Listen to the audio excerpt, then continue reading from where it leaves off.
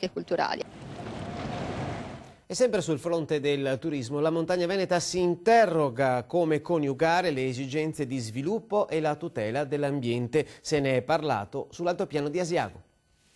La montagna, paesaggio ed economia, tutela dell'aspetto naturale, ma anche sviluppo necessario per chi in montagna deve o vuole continuare a vivere.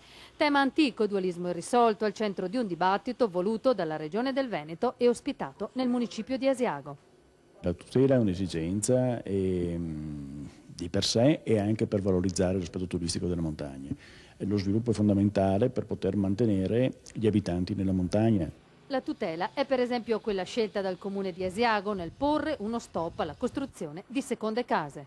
Noi abbiamo preferito privilegiare un'economia di servizi, cioè creare un sistema virtuoso in cui si venda la vacanza invece di un sistema obsoleto in cui si vendeva la seconda casa.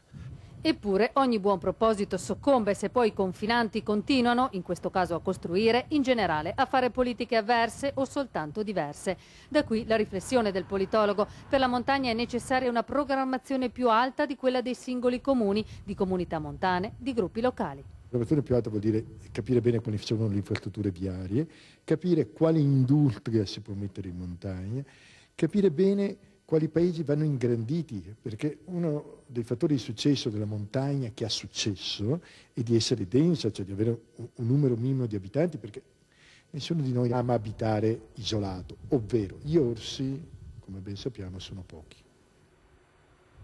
È morto a Villafranca di Verona l'imprenditore che collezionava macchine d'epoca, Luciano Nicolis, re della